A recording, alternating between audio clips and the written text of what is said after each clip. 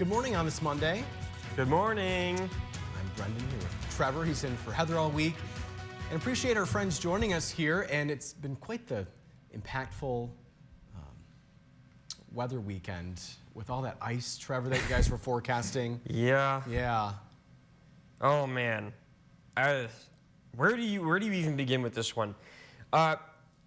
I guess I'd start with what I originally thought last weekend. So when I was, as many people know, I work the weekend shift normally. That's what I normally do. That's my normal gig when I'm not filling in for somebody. And so the weekend before this one, so last weekend. Well, I guess last weekend would be yesterday now. So the weekend before that, I was looking at long-term forecasting and I saw the potential for like a lot of mix in the eastern upper. And I was like, that's weird. You don't usually see widespread mix like that. Whatever. The euro is probably just going a little crazy and it'll fix itself by like Monday or Tuesday. And then I was looking at it on Wednesday when I started filling in for Joe and it hadn't changed. I was like, wait. And so I decided, I was like, that's weird that the euro is still showing a lot of like mix and like sleet in the eastern upper and lower peninsula. I was like, okay, that's a little more concerning now. And so I started looking at the setup. I started doing a deeper dive into the setup. And when I realized what the setup was, and I realized what the euro was seeing, I then at that moment on Wednesday saw what the euro was seeing, and I was like, oh my God, we're gonna have an ice storm.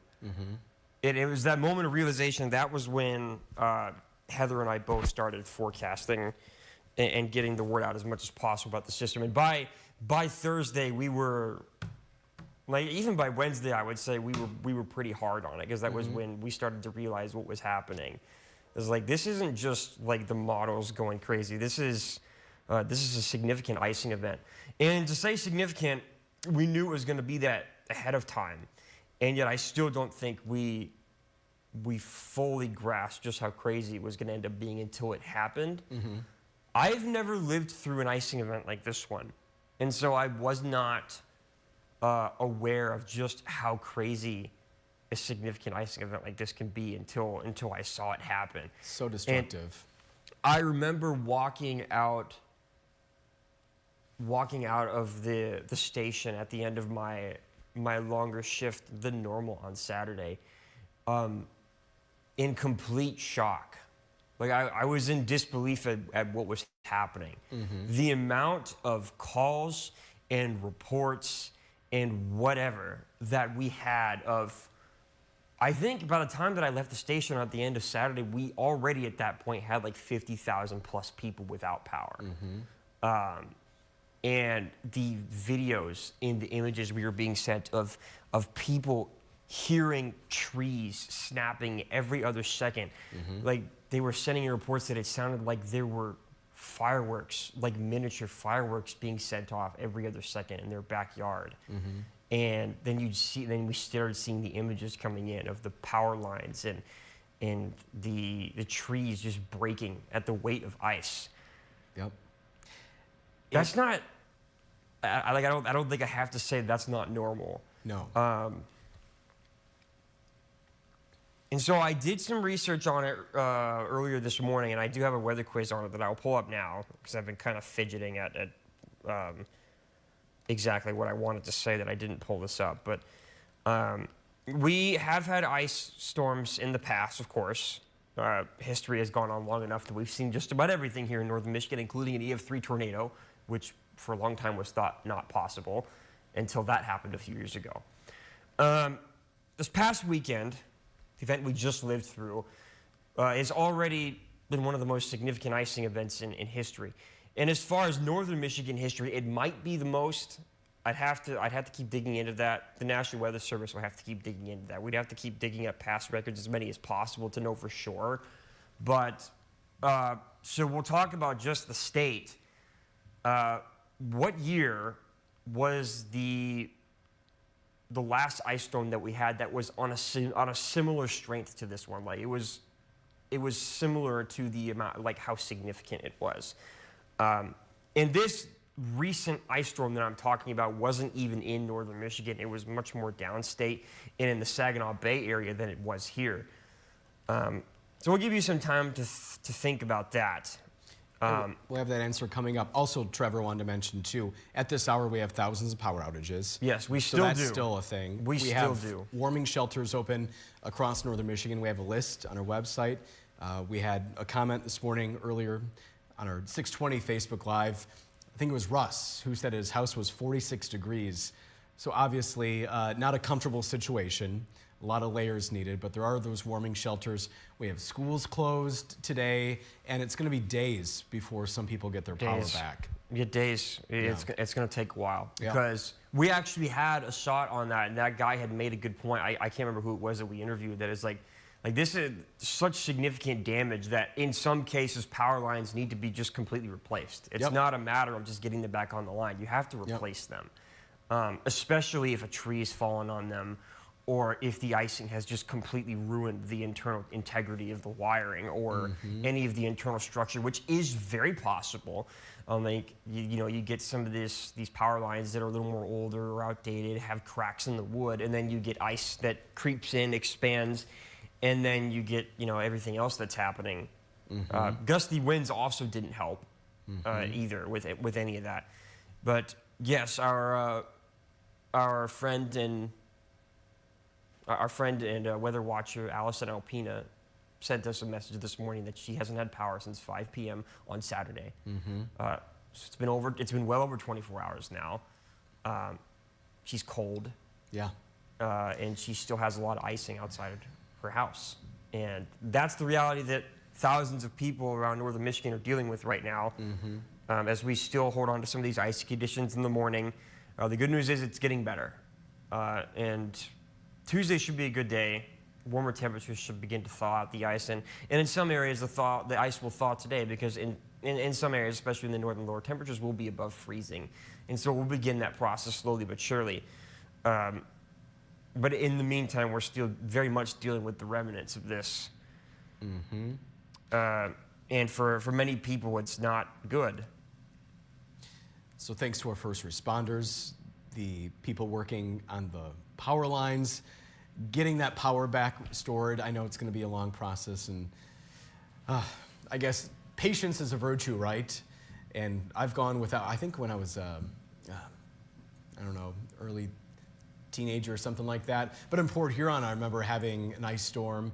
The power was out for a couple days. It impacts so many aspects of our lives. And so yeah, thanks to those for working hard to get that power back on. So take it away, Trev. Let people know what's coming up next. Yes, absolutely. We'll go ahead and get into the forecast. Today's forecast is actually pretty simple.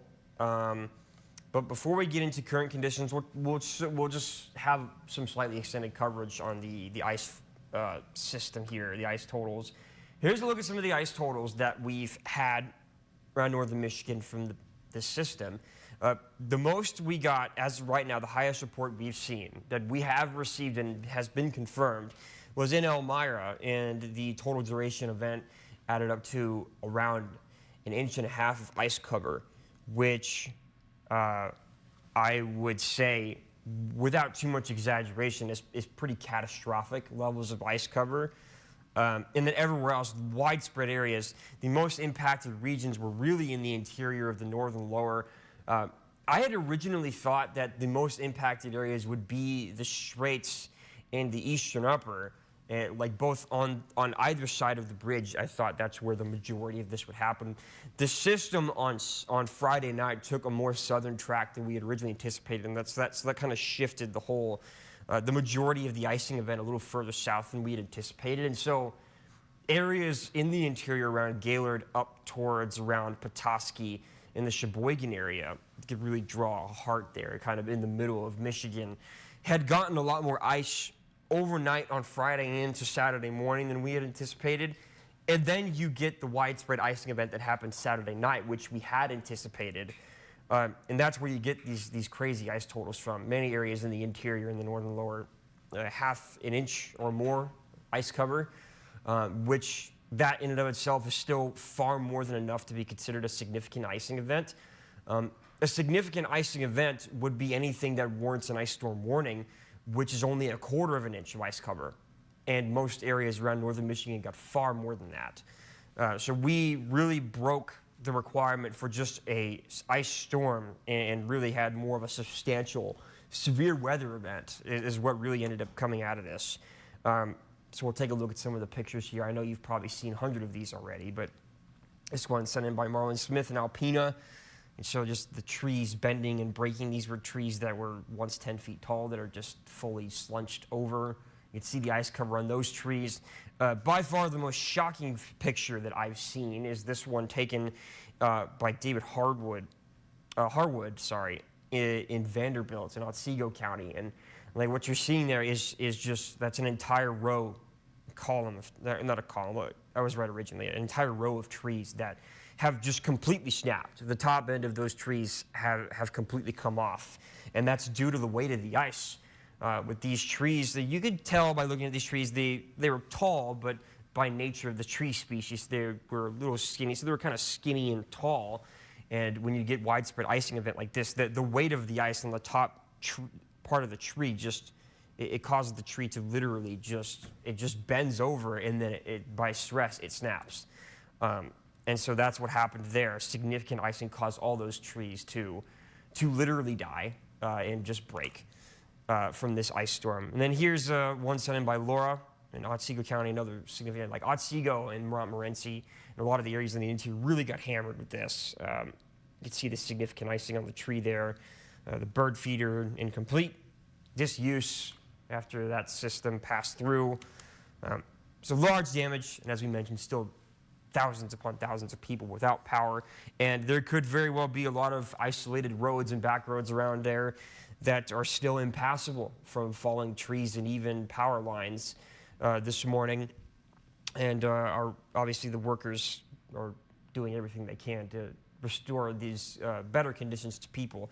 In terms of the weather, the one thing that we just don't have any control over is getting better.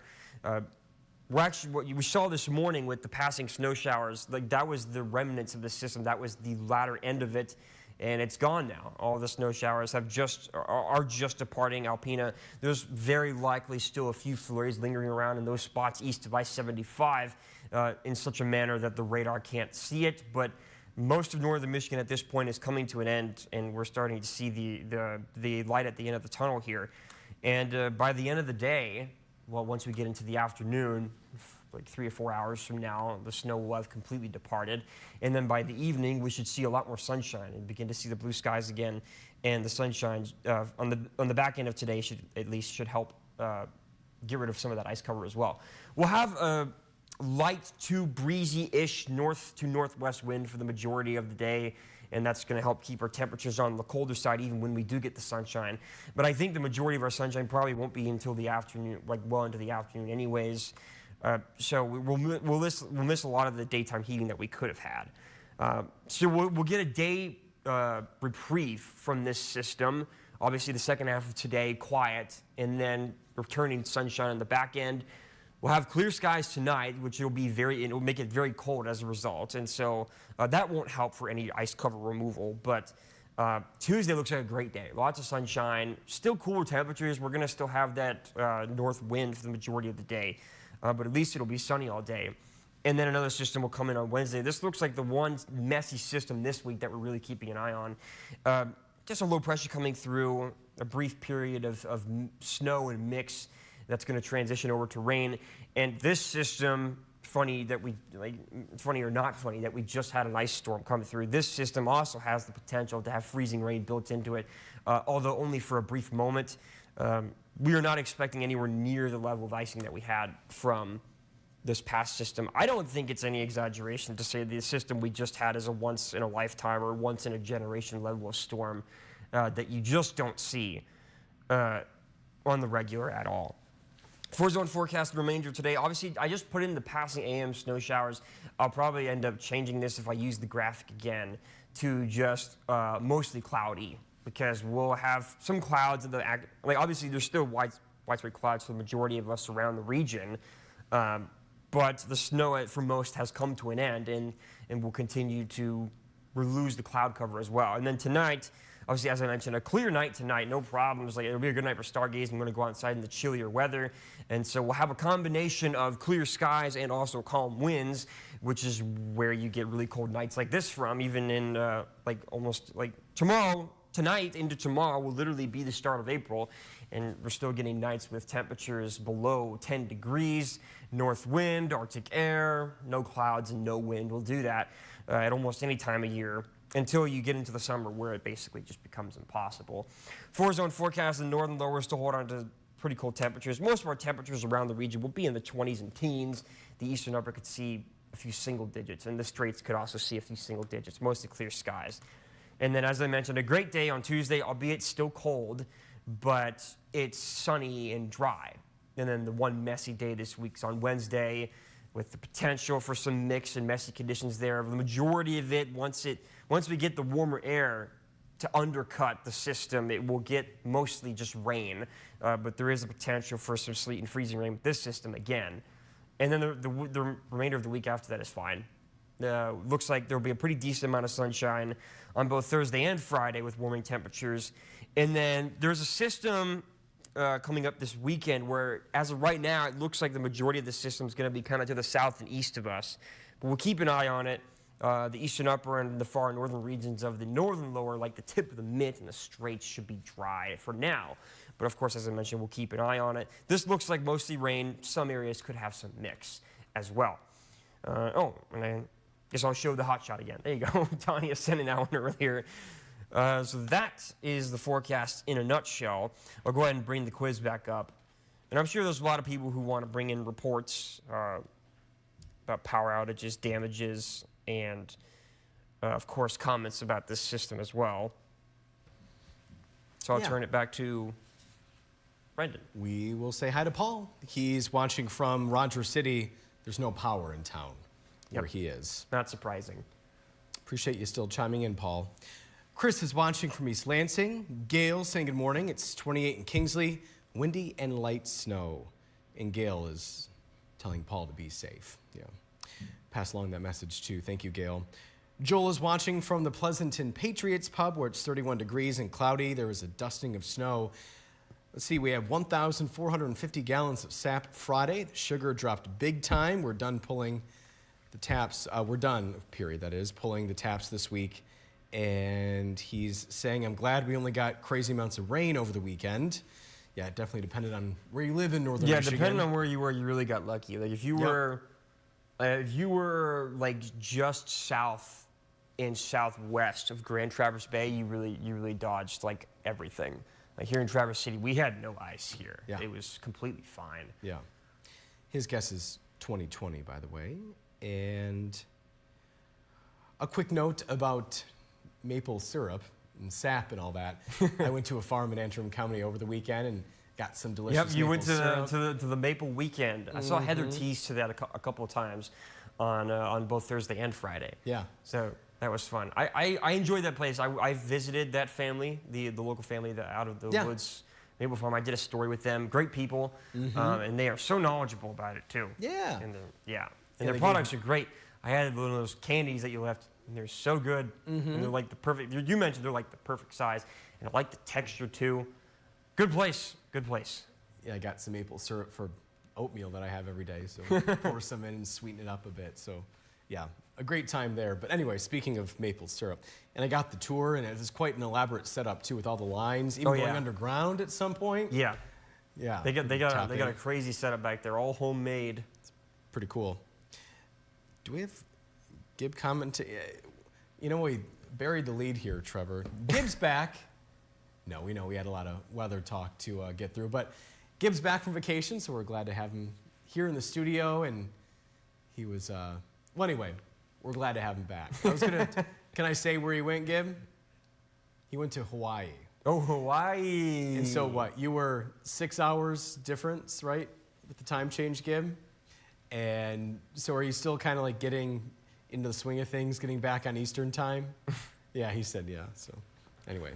That's a wild temperature change over the course of only 1 week, too. Welcome back, Gibbert. All right, who else do we have? I don't want to skip over anybody. Jackie is watching from Kalkaska. It's Snowing there and 25 degrees. Mark saying good morning from Fremont, Indiana. Prayers for everyone up north. Stay safe. Paula saying good morning from East Jordan instead of Boyne Falls. A little change here. Been out of power since 10:30 p.m. Saturday and no end in sight. Yeah. So maybe Paula is with family or friends or whatnot. Jennifer saying good morning from Petoskey, day 3 of no power. Jennifer, thanks for watching and commenting.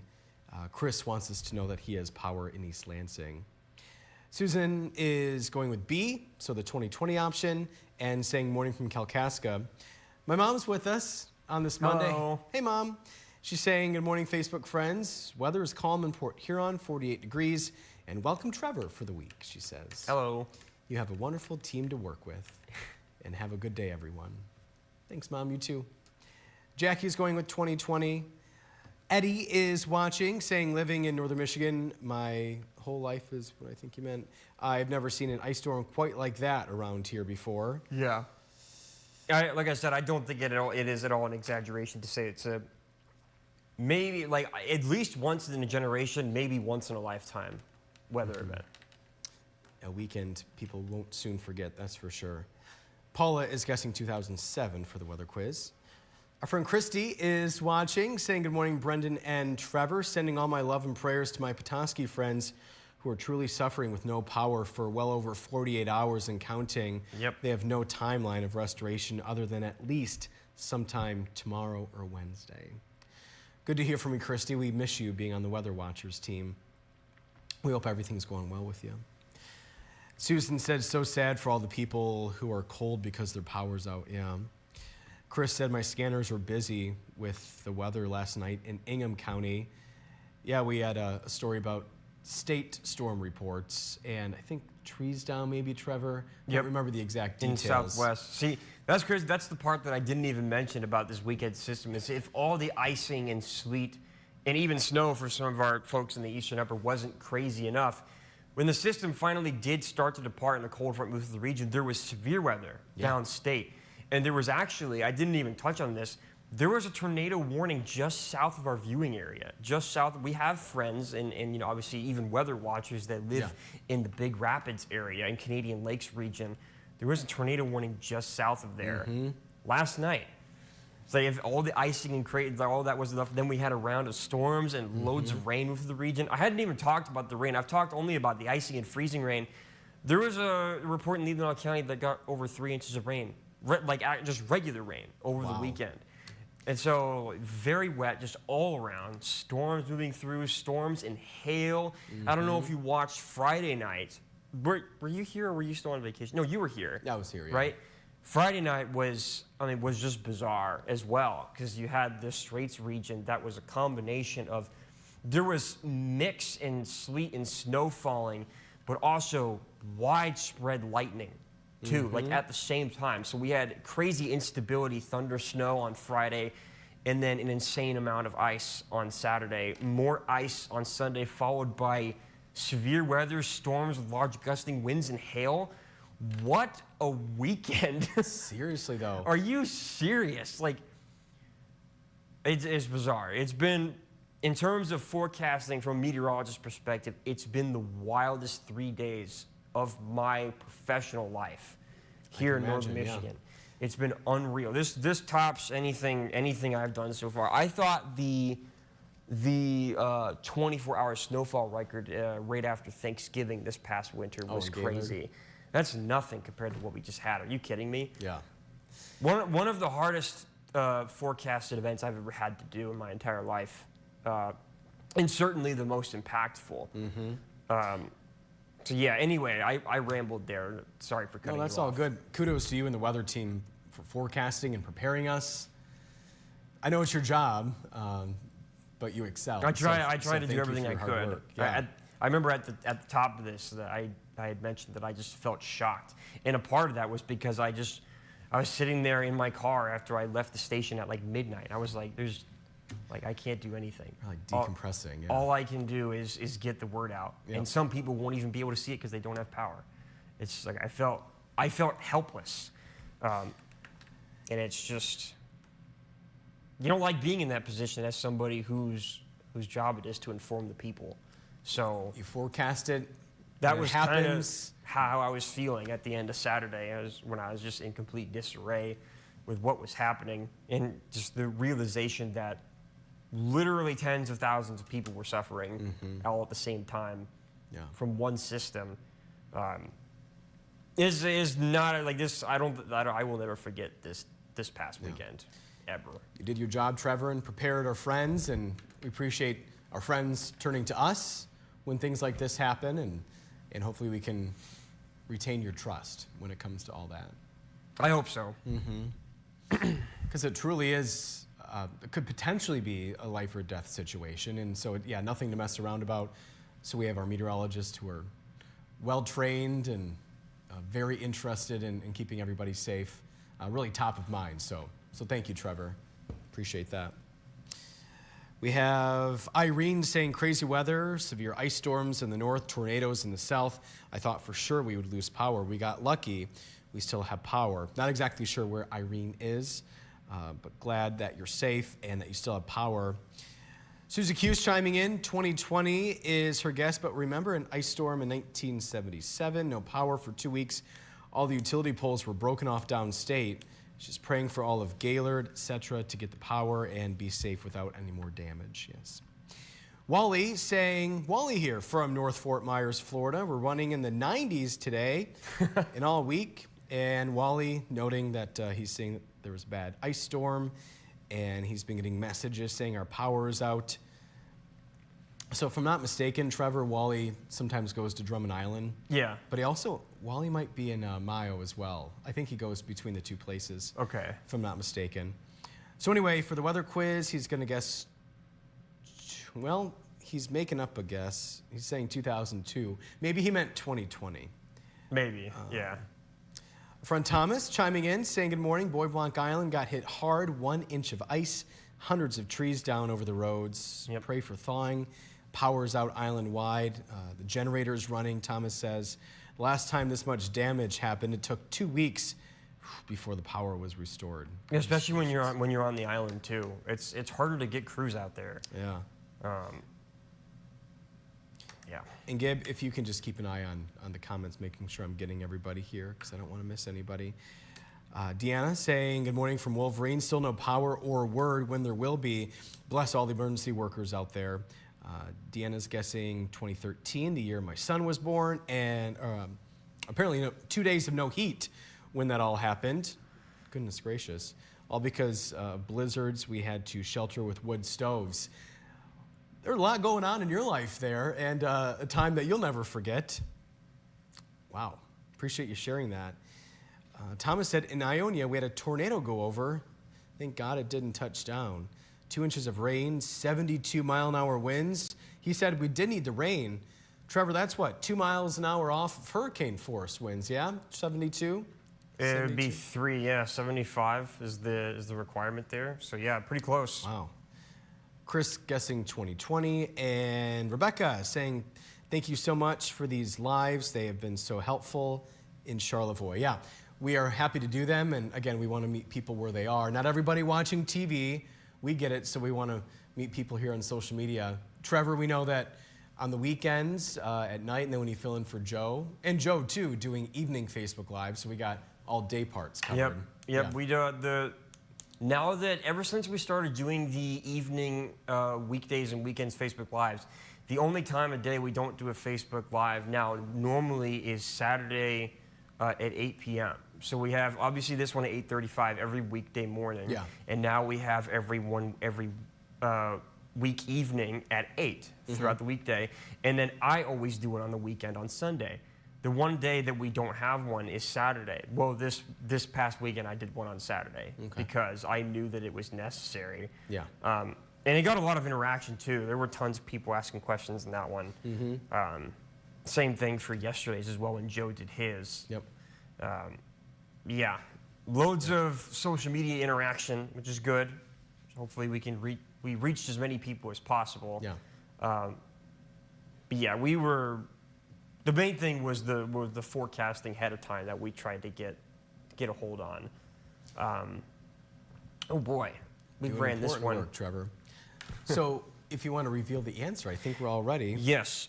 So the answer to this one is 2013. So a lot of people guessed 2020. There was an ice storm in 2020, but it wasn't quite as devastating as this one.